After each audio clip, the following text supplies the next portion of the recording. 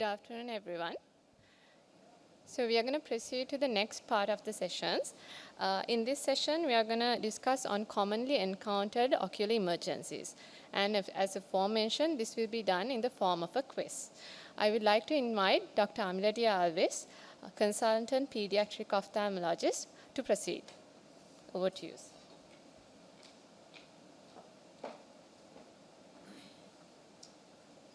Hi, thank you. Don't worry, I won't be doing the comparing or the discussing of the quiz, just to give you some ground rules about how this is going to happen. So we had a slight emergency about the emergency quiz, and we got some really good questions ready. And what's to keep in mind is that the questions are not too, they're difficult, but not really difficult. But the software is very strict. That's the problem that you're going to encounter in the next few minutes, okay? So what this is going to happen is, we're going to start the quiz when we ask you a question that will be followed by 4 stems. So listen to this very carefully. The question will be followed by 4 stems. You've got to choose, you've got to first get the software here. You've got to choose the true comments only, okay? Is that clear? Sounds clear, no? Sounds easy, but it's not. Now, if you choose a false comment as a true answer, you'll get 0 marks for the entire question. If you leave a true statement out without choosing it as a true statement, you will again get 0 marks for the entire question. So is that clear? So you've got to think about it very carefully. And after all, we are talking about emergencies. So in dealing with an ocular emergency, one wrong step might be enough for the patient to lose their eyes. So I think this is an apt sort of strict software that we've got. So to emphasize this again, we'll be reading out the question, and you've got to choose the true stems pertaining to this question. Only the true stems and all the true stems. So you can't leave out a true, or you can't choose a false as a true. Is that all okay?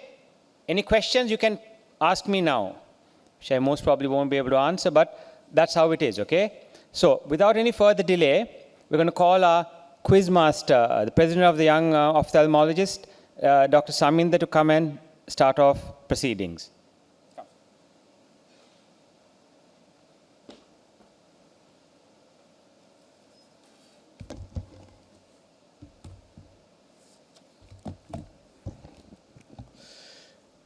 Good afternoon, all. I hope you are all wide awake and ready for another exciting event. In this event, we are going to test your knowledge about ocular emergencies. Don't worry if you feel a little bit too drowsy after the lunch. This quiz is sure to wake you up. As Dr. Amila mentions, you only need to mark all true choices only. At the end of each question, we have an expert panelist, Dr. Aishmanta Piris, Senior Consultant Ophthalmologist from Teaching Hospital Ratnapura, and Dr. Sri Haranathan, Senior Consultant Vitreoretinal Surgeon from Teaching Hospital Kandy, will discuss the correct answers and will provide some insight too. First, I would like to invite Dr. Aishmanta Piris and Dr. Sri Haranathan. Gentlemen, please, could you please join us on the stage?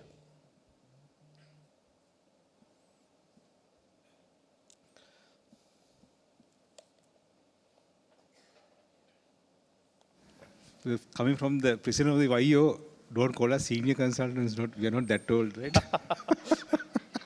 Still we are young. So what's the criteria for young Aishmanta? More than 45 years. For your criteria? Less than 45 years. I'll tell you after cocktail. I think anybody who is less than my age is young. Anybody elder than me is senior. Okay, fine. Are we ready to go? I mean, you can scan this QR code on the screen, and you can log into the app. And I want to emphasize, you need to put your correct name, as we are end of the question here. We are choosing 3 winners, and we are planning to give away 3 cash prizes. Because of that, please put your correct name. Don't put nicknames. Without further delay, so we will dive into questions. Are we ready? Okay. The first question: which of the following is the most common source of post-septal cellulitis? A. Lacrimal gland abscess. B. Paranasal sinusitis. C. Facial cellulitis. D. Conjunctivitis. You will get extra 30 seconds to complete your answers.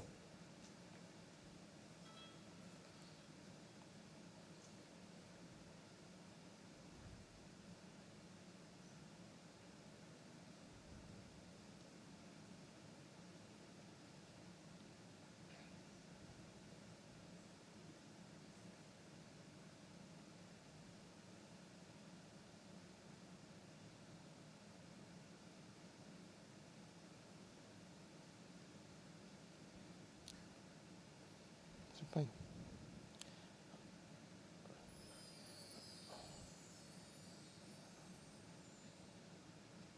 Oh.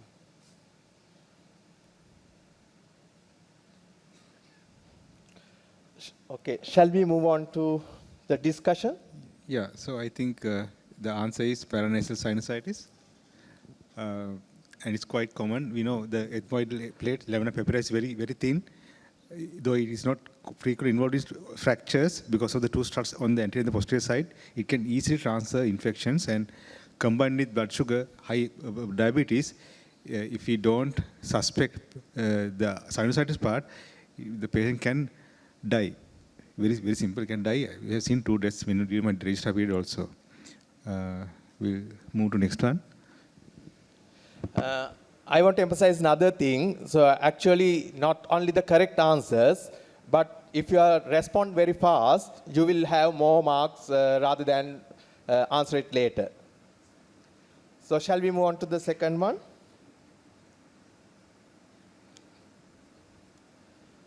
With regard to orbital cellulitis in children, preseptal cellulitis is more common than orbital cellulitis. B. Ocular motility defect is feature of orbital cellulitis. C.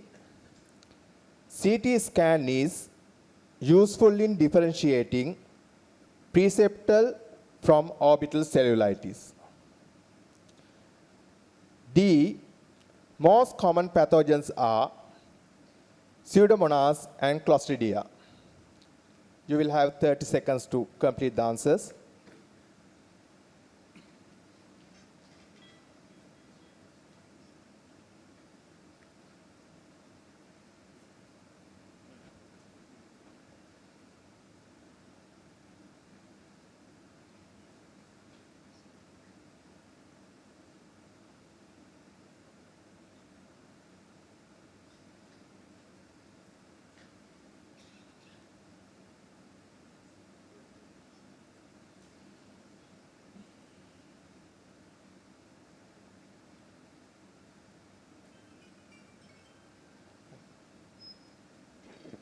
Shall we move on to answers?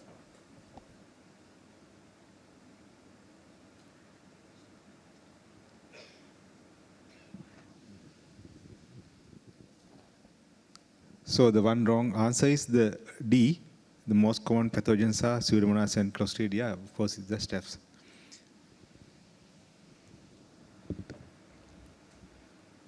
Third question. Regarding traumatic breaks, A. Can be multiple. B. Common in supranasal and inferotemporal quadrant. C. Avulsion of the vitreous base is pathognomonic of ocular contusion.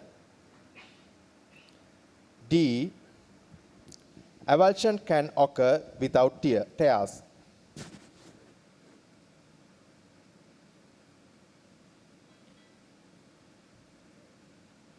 Okay, you can see the timer on the screen.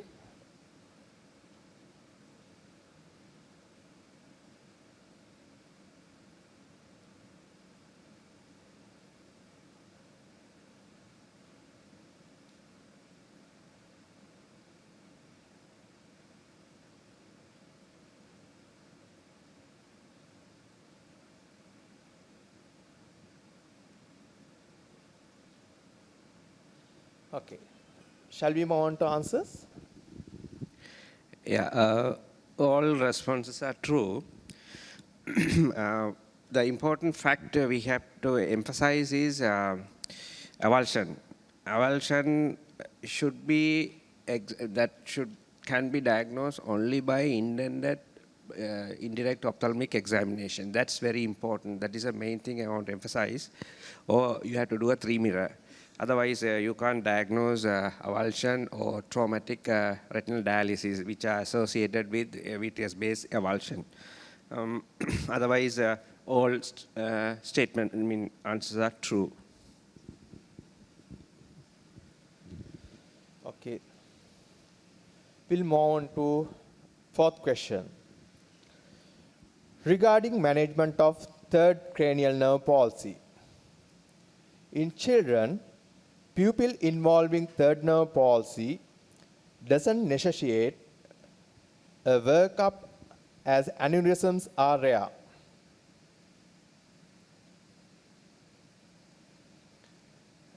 B. Gold standard for cerebral aneurysms detection is catheter angiography. C. Smallest aneurysms detected by MRA is 4 mm. Choice D. Commonest location of aneurysm having pupil involving cranial third nerve palsy is junction of posterior communicating artery and ICA.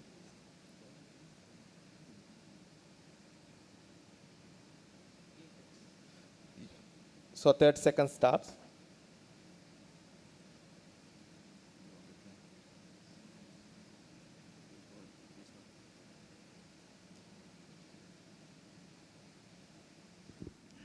Yes, so the pupil involved in third and fourth doesn't necessitate workup. You can't say that you have to always work up there and gold standards.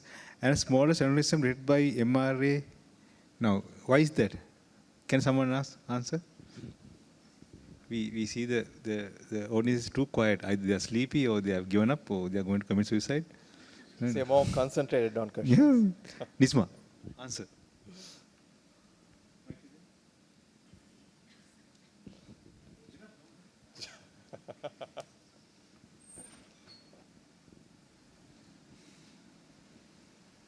So I might call anyone.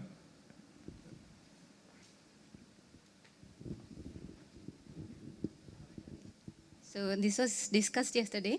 The DSA is the gold standard. So, but we don't do DSA in all patients because to be symptomatic, the size of the aneurysm should be 4 millimeters. And with CTA and MRA, if the size of the aneurysm is 3 millimeters, you can detect. So that's what these two steps come.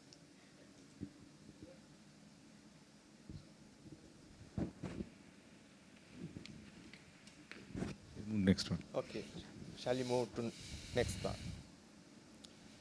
Regarding retinitis, brush fire appearance in retina is characteristic feature of cytomegalovirus retinitis. Choice B, progressive outer retinal necrosis is a feature of HSV retinitis. Choice C, vitrectomy plus silicone oil and endolaser is a treatment option for CMV retinitis. Choice D, intravitreal ganciclovir is not suitable in necrotizing retinitis. So you will have 30 seconds.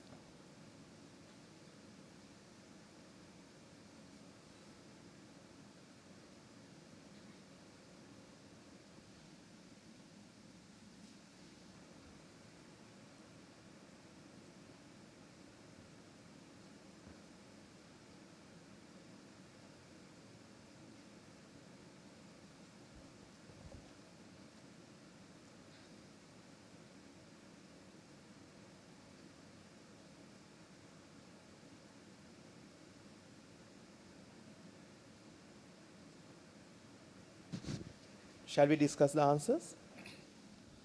Yeah. Except the D, other statements are true. So first one is a brush fire appearance is a characteristic feature of CMV retinitis. It's very important thing to diagnose early because it progresses very fast. So unless you intervene, if you leave some time, you will lose the eye. So very important to diagnose CMV retinitis. Make sure that patient is immunologically compromised or immunocompetent patient. And post-progressive outer retinal necrosis, famously called PON. So those days I remember that word because PON is interestingly entertained by youngsters with immunocompromise. So these are the findings of PON and who has macular issues. So that's how I remember. Always they are immunocompromised. And vitrectomy and silicone oil, yes, it's an option, but not for everybody, except they have retinal detachment. Rather than there's always the question whether you can laser it or you are going to do a surgery. So it's a question. We don't know which is better way, but still it's a questionable option. But still it's offered to the patient. Last one, gancyclovir, is a treatment you have to give intravitreal at your earliest convenience, earliest possible. Thank you. So we'll move on to the next question. Question number 6. Regarding retinal detachment, exudative retinal detachment should be managed surgically within 24 to 48 hours. Choice B. Cryobuckle is the best option for a patient presenting with inferior macula on RD. Choice C. Pneumoretinopexy is not a treatment option for a patient presenting with multiple superior tears. Choice D. Proliferative vitreoretinopathy occurs as a result of proliferative RPE cells. 30 seconds begins.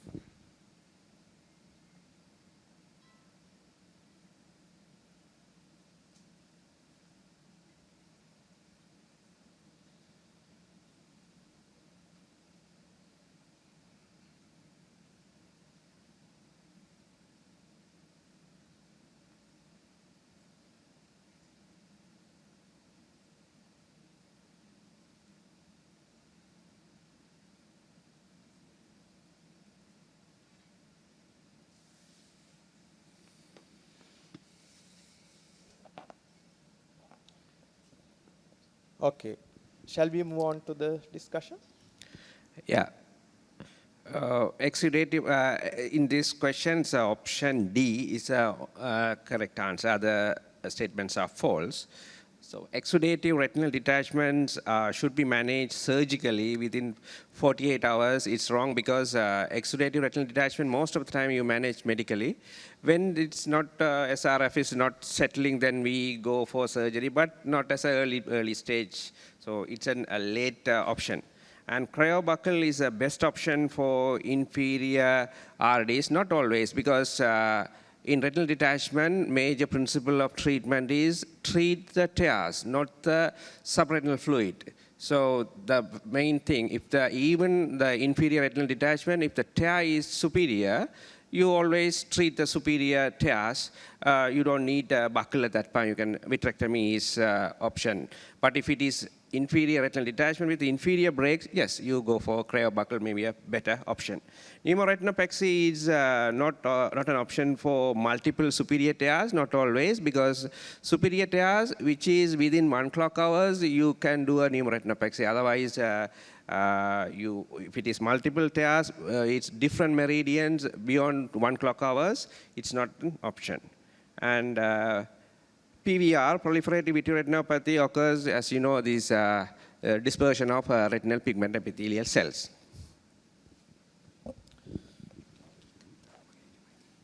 Thank you, Dr. Sri. Next question. In central retinal artery occlusion,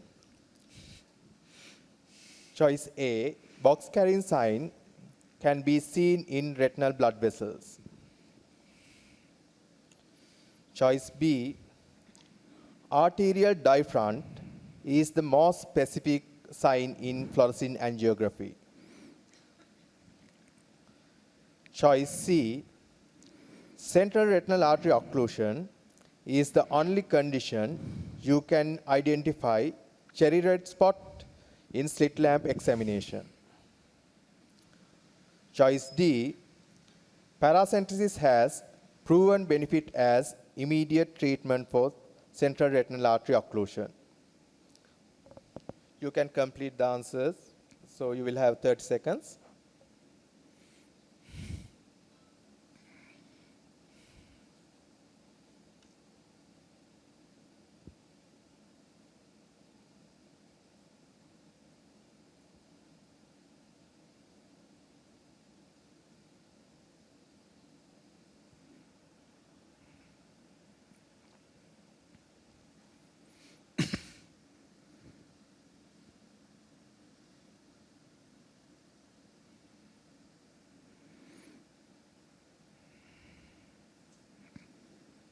Okay, shall we move on to discussion? Yeah, again, I'm searching for a victim. Where is Satyan? Satyan. The fellow has vanished, no? Satya, தம்பி முன்னால வாங்க வாங்க பதில் சொல்லணும் வாங்க வாங்க. Yeah, what is arterial diffront and box carrying?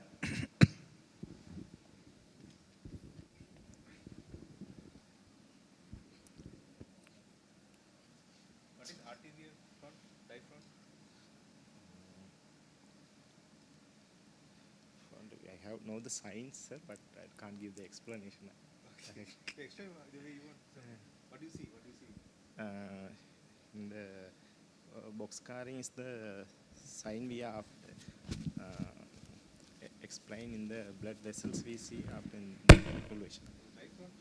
Diffront is the pooling. After the FFA sign, we see the pooling. Yeah, so it's because of the slow movement, you can see the front moving one. Right.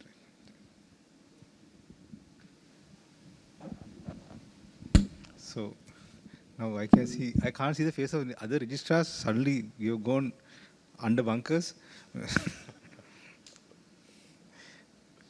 Okay. Yeah. We'll move on to next one. The question number 8 regarding endophthalmitis. Post-operative infective endophthalmitis can be diagnosed on immediate post-operative day 1. Choice B, endogenous endophthalmitis caused by negative organisms account for 85% of the cases.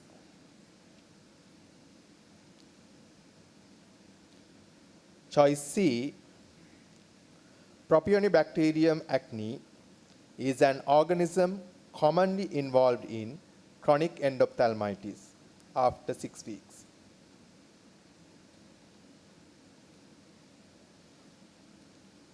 Choice D, pars plana vitrectomy is first-line treatment in endogenous endophthalmitis. You will have 30 seconds to answer.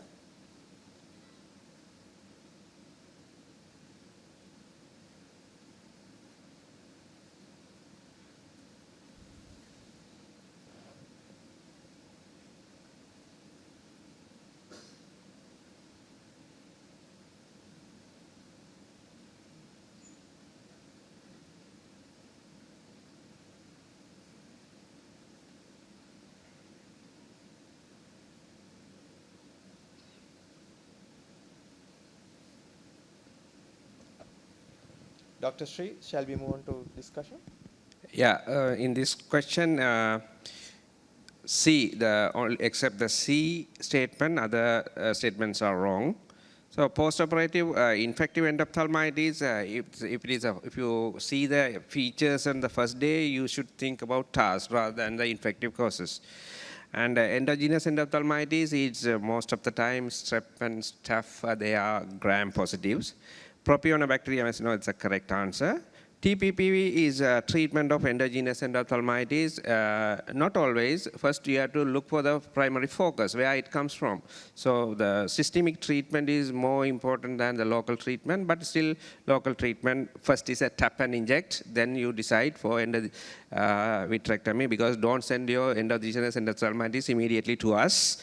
So you treat first and send. So we are already overwhelmed. Thank you, Dr. Sri. So we'll move on to the question number 9. Regarding chemical injuries, choice A, alkali penetrate tissue deeper than acids.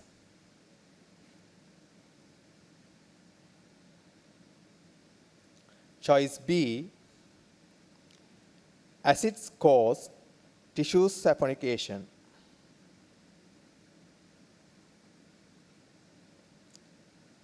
Choice C, sulfuric acid is found in car batteries.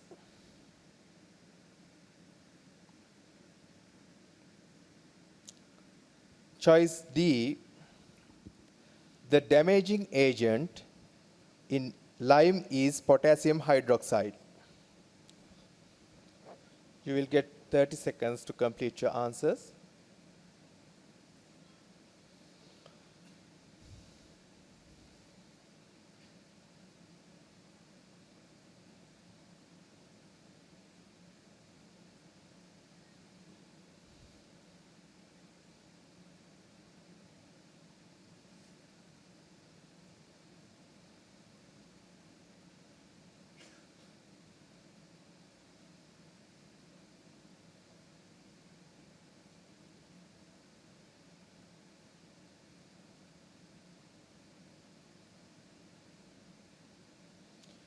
Yes, Dr. Ayesh? Yes. So I think it's all true except answer B, acids cause tissue saponification. We know alkali cause tissue saponification. That's why they go deeper and deeper. If we don't detect even remnant particles next, there will be a lot of widespread damage. That's very important to keep in mind. That's why this question was made. And of course, sulfuric acid is found in batteries. Now it's less common because now these are sealed batteries, but still they start to operate and then they can blast. The damaging agent lime is potassium hydroxide is again quite common. Now for the past 30 years, we have been lobbying to get these lime packets out of market, but it doesn't work. And still we keep on seeing children pressing on them and getting a lot of unnecessary damage. So KOH is a very, very common thing that we encounter in our emergencies. So that's why. So the wrong answer is B, others are true. Okay. Thank you, Dr. Ayesh. So we have 3 more questions. The question number 10. In the management of chemical injuries, choice A, alkali decrease intraocular pressure.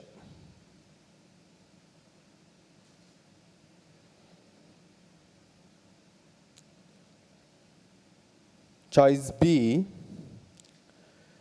Dua classification is better than Roper Hall classification in predicting prognosis in severe chemical burns.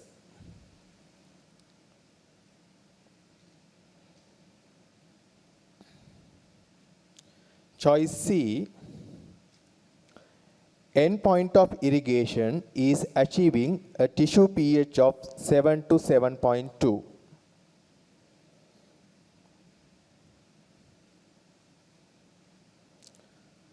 Choice D, hypertonic solutions are better in irrigating the chemical away. 30 seconds begins now.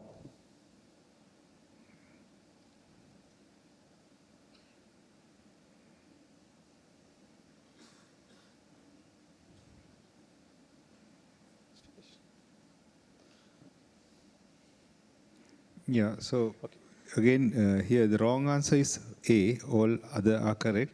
Alkali really increase intraocular pressure, and Duo is better than Rofahal. And when you irrigate, endpoint is to achieve pH of 7 to 7.2, where if you have litmus, you keep irrigating and then you check. Not immediately after irrigation, you got to wait a little bit of time because it can increase suddenly, then you check. So if that is available, that will be the best indicator that you have achieved the normalcy in pH level. And hypertonic solution, like what we have in the waters, 3% sodium chloride is much better than using isotonic saline to irrigate, which will draw out all the chemical out. Thank you, Dr. Ashmanta. So we'll move on to question number 11. Corneoscleral lacerations. Choice A. Violation of lens capsule can lead to endophthalmitis.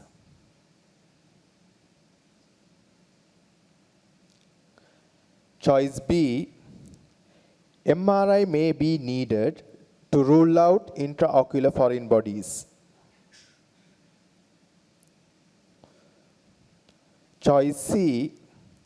Repair under general anesthesia needs succinylcholine use. Choice D. If the corneal laceration is less than 2 millimeter, bandage contact lens or amniotic membrane can be used. You will have extra 30 seconds to complete the answers.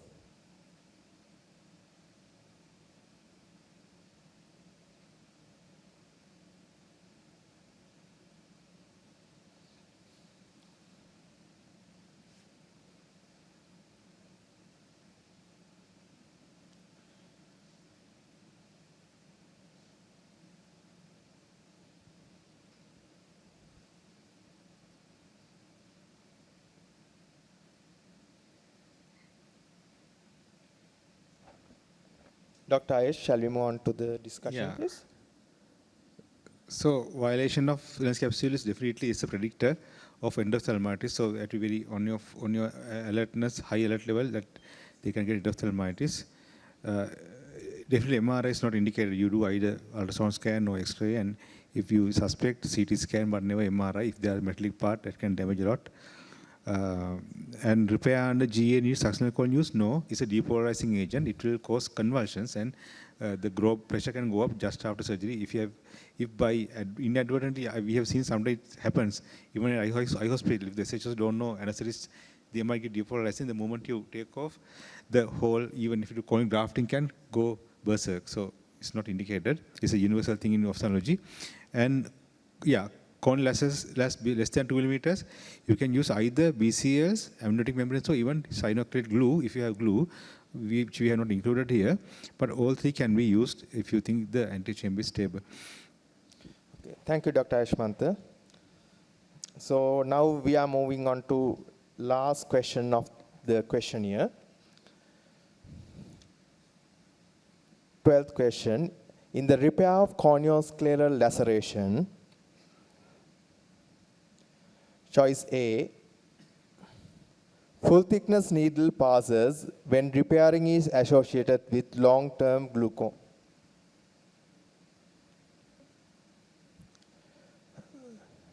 Choice B, far posterior scleral laceration may be left unsutured.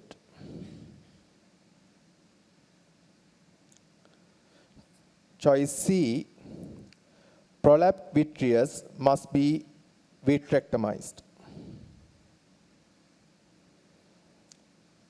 Choice D, prolapsed uvea is excised even if not necrotic. You will have 30 seconds to answer.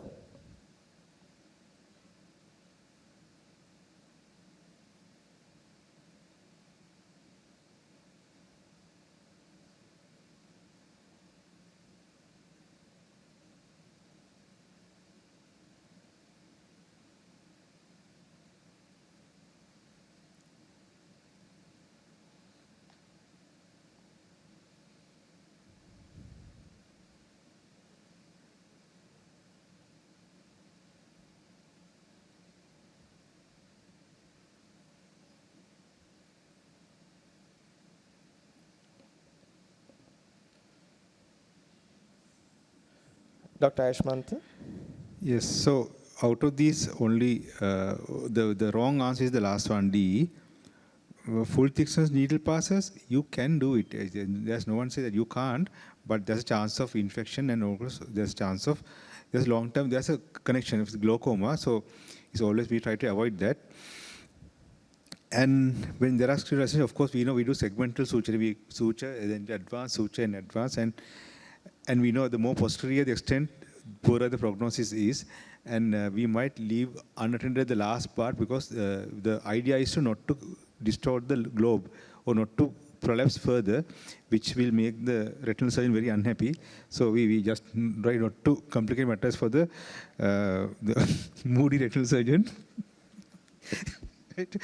So, yeah, and then of course vitreous must always be vitrectomized. That's one thing that you should do because we are. One thing is the traction, which can cause retinal detachment, and other thing is the track for infection can go in. So I think that's very fundamental thing, basic thing that if you transfer, do that part. Prolapse uvea is excised even if not necrotic. That's false. If it's necrotic, you have to cut, but otherwise you just try to deposit and do. And now I've seen sometimes, Sri, that in our era, sometimes people do cryo during surgery even without seeing the posterior part. Do you recommend it during the primary surgery? Yeah, you can cryo, make sure that you are not cryoing over the macula. If you outside the macula, yes, I would do, because it gives a very good additions. It prevents detachment. It's very useful way. Still, I follow if I get chance. And other thing is corneal suturing. Of course, we had a lot of discussions. Is there any corneal fellow here, Ishanta or Kusum? I can see Ishanta hiding away like a registrar. Is there anything that you would like to add about suturing? The primary repair, anything that you can advise us?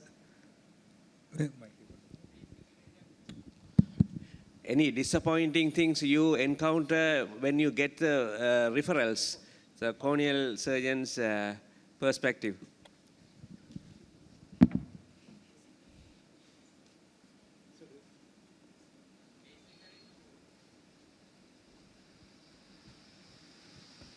Basically, after the repair, you should sort of follow them. Sometimes you leave them on for so long that either they come with loose sutures and ulcers, or they just break off and they have a lot of astigmatism. After a long time, you leave them on without taking them off, the astigmatism is very difficult to treat. So just doing the primary repair itself, you can sort of manage sometimes, but the aftercare is very important. I see a lot of patients who come with sutures being there for a long time, very difficult to manage. And the main point to keep in point is the anatomical structure. Just if you have the opposing things equally, then it will be okay. And always make sure at the end of the suturing whether it's airtight. Because sometimes not having airtight, you have a collapsed anterior chamber, and it's very difficult. Then you have to take the patient back to the theater. So most of the cases are done under GA. So sometimes I sort of put in a little air bubble and see whether it keeps forming and if it's there. So that's also something that you can keep in mind after you do a corneal suturing to see whether the anterior chamber is airtight. Thank you, Shanta. Thank you for that addition. I think we have covered all the questions. Yes, that concludes the quiz. If the audience have any questions, so please raise your hands. We will pass the mic to answer the.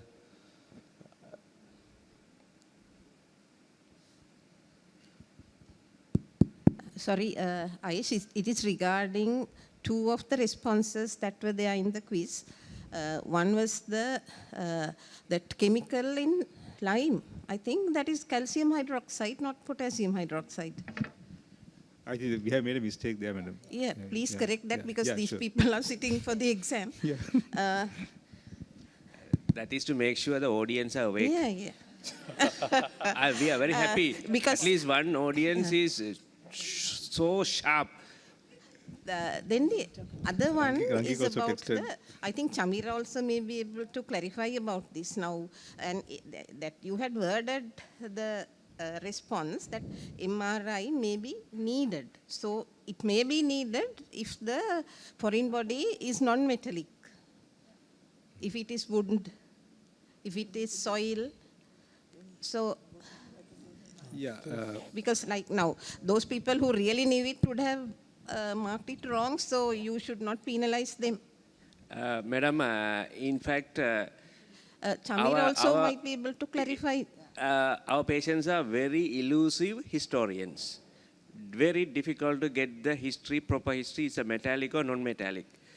Even after 1 hour conversation, they don't tell the truth. But anyhow, for me, I think better to avoid MRI unless if it is non-metallic, sometimes we leave it if there is no infection, signs of infection. But still, the history, very difficult to rely on our patients' history, madam. Because you had worded it may be needed. So the people who know might mark it right.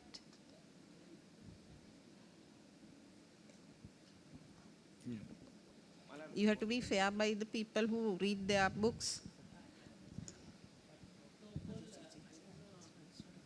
Yes, yes, yeah. For intraocular foreign body, they never allow the radiology protocol to do MRI first.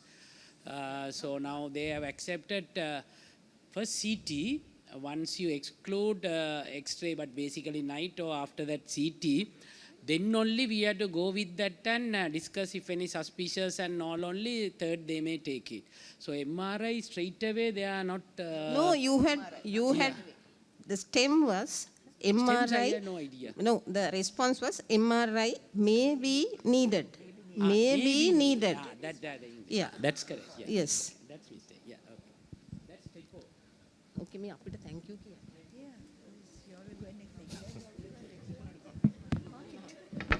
Rangika, you want to tell anything? I asked the trainers to thank us. Thank you, madam. Thank you, madam, for raising those two issues. Sorry. Yeah, thank you, Dr. Pradeepa Sirivardhanan. So, and the raising the issues. So we will correct it in the app as well. So that concludes the quiz. And thank you, Dr. Aishmantha and Dr. Sri Haranathan for giving us good insights. And so now we'll move on to the leaderboard and see who are the winners of the quiz. So I would like to invite Dr. Amiladi Alvis, President of the College of Ophthalmologists, to hand over the prizes.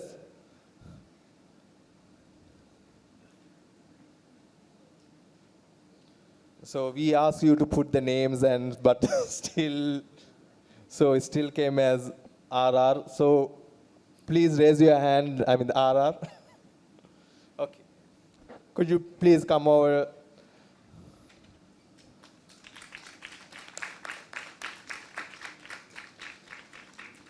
The first prize goes to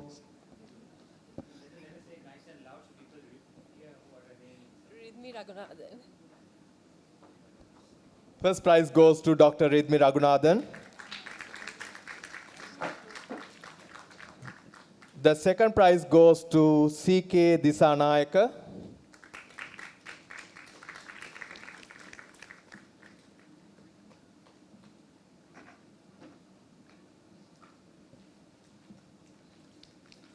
Third prize goes to Dr. Prasad Hevavasam.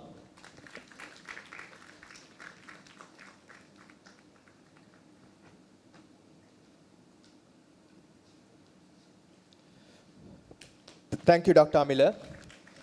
That concludes the quiz. So I will hand over the stage to Dr. Erandi to carry on the proceedings. Over to you. Before proceeding to the next part of the sessions, we'll have a quick tea break in 10 minutes. Please be back in your seats in 15 minutes' time. Thank you.